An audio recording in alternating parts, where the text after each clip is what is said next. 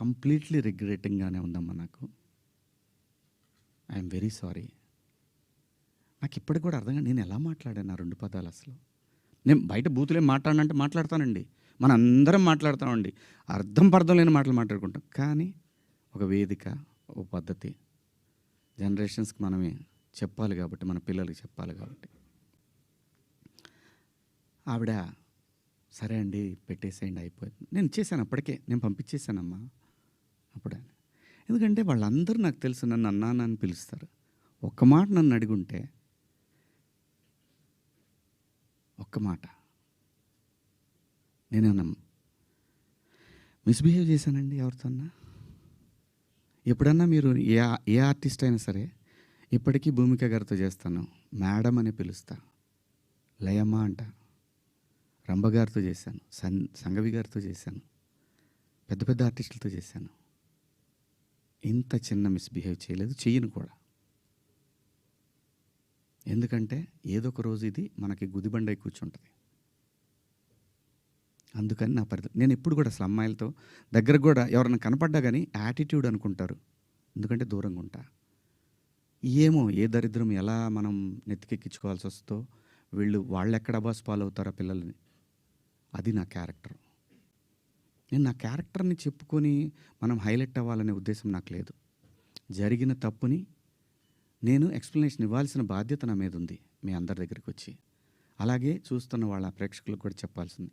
కానీ నిన్న మీరందరూ పెట్టారు, మీరందరూ లైవ్లు పెట్టారు, ప్రజల స్పందన మీరు చూశారు.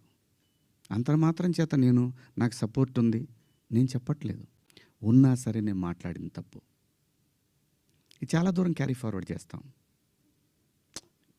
ఇంకో హీరోని అడుగుతారు, ఇలా అన్నాడు శివాజీ, క్షమాపణ చెప్పాడు కదయ్యా అని అంటారు. ఇది వెళుతూనే ఉంటుంది నిరంతరం కొన్నాళ్ళు, ఇంతకన్నా పెద్ద ఇష్యూ వచ్చే వరకు కదా. అలాగే ఒకవేళ ఆ లూలు మాల్లో నిధి అగర్వాల్ పాపం ఆ పిల్ల బట్టలు ఏదన్నా ఒకటి జారితే ఆ అమ్మాయి జీవితకాలం ఆ వీడియోలు ఉంటాయి కదండి, తీమన్నా తీస్తారండి ఎవరన్నా? నన్ను చాలా ప్రొవోక్ చేసింది ఆ ఒక్క సిచ్యువేషనే. మా సమంత గారిది నేను చూడలేదు, అయ్యింది అని అన్నారు. నేను అంటాను మీరంతా ఇప్పుడు నేను చెప్పిన మాట ఏంటి, అమ్మా మనకెందుకు ఈ దరిద్రం? ఇట్లా జనంలోకి వెళ్ళినప్పుడు కాస్త మంచి బట్టలు మీరు ఏమన్నా వేసుకోండి, చీరలు కట్టుకుంటారు. ఇప్పుడు మీరు వచ్చారమ్మా, చక్కగా నిండుగా వచ్చారు. ఎందుకు వస్తారు? మనకంటూ మనం ఒక చోటుకి వెళ్ళినప్పుడు మనకే ప్రమాదం లేకుండా మనల్ని ఎవడో విమర్శించకుండా బయటపడాలి అనేది ఉద్దేశం. అది నా ఇంటెన్షన్. శిక్ష వేసేవాడు కూడా ఫస్ట్ ఇంటెన్షన్ చూస్తాడు. ఇది ఏ ఇంటెన్షన్తో మాట్లాడాడు? జడ్జి అయినా, ఈవెన్ కేసు తీసుకునే ఎస్ఐ అయినా ఉమెన్ కమిషన్ దాకా పోవాలన్నా అయితే ఈ 2 పదాలు నాకంటే పెద్ద పదాలు ఎవరు వాడలేదు ఈ పరిశ్రమలో. నాన్నే ఎందుకు మీరు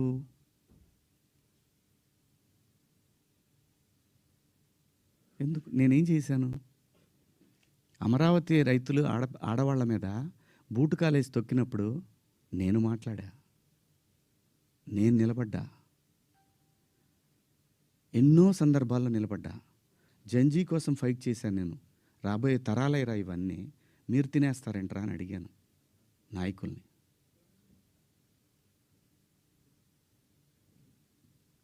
మీరందరూ కూడా మన పేపర్లో కానీ లేదని కానీ ఎప్పుడైనా సరే ఒక మిస్ వార్త ఏదన్నా గబుక్కన మనం టీవీలో ప్రజెంట్ చేసినా కూడా సవరణ అని ఒకటి ఇస్తారు. మీరు మనుషులు, మనం సమర్థించుకోవట్లా, పొరపాటు జరిగింది అని చెప్తున్నాను నేను. దానికి మీరందరికన్నా కూడా ఎంత ఇది ఉందో కానీ నేను ఎప్పటికి సెట్ అవుతానో నాకు తెలియదు. నా వేదన అంతా ఆ చిన్మయ్య గారి దగ్గర నుంచి అలా అలా అలా అలా అలా వెళ్ళి ఉమెన్ కమిషన్కి వెళ్ళిపోయి వాళ్ళు నాకు మెసేజ్ పెట్టి నువ్వు 27వ తారీఖు మా దగ్గర అటెండ్ కావాలి అని.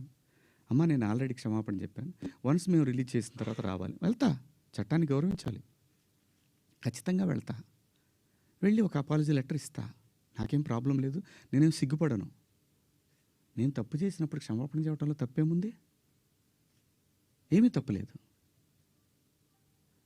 ఇష్టం వచ్చినట్టు మాట్లాడుకుంటున్నారు. ఒక బార్‌కెళ్తే డ్రెస్ కోడ్ ఉంటదండి. ఓ పబ్‌కెళ్తే డ్రెస్ కోడ్ ఉంటది. షూ లేకుండా లోపలికి రానీయడు. కొన్ని పబ్బుల్లో అయితే గర్ల్ ఫ్రెండ్ లేకుండా రానీయడు. నేనేమన్నాను? మనిషి ఆదిమానవుడు కోతి నుంచి మనిషిగా రూపాంతరం చెందిన తర్వాత ఇంగితం ఎక్కడ స్టార్ట్ అయిందంటే, ఈ శరీర భాగాలు కనపడటం కరెక్ట్ కాదే, ఏదోటి కట్టుకోవాలే అనే జ్ఞానం అమ్మకొచ్చిందో నాన్నకొచ్చిందో తెలీదు, వచ్చింది. అలా అలా బట్టలు తయారు చేసుకునే లెవెల్కి వచ్చి బట్టలు కప్పుకోవటం, బట్టలు వేసుకోవటం దాకా వచ్చింది. మంచివి వేసుకోమంటాం తప్ప అండి?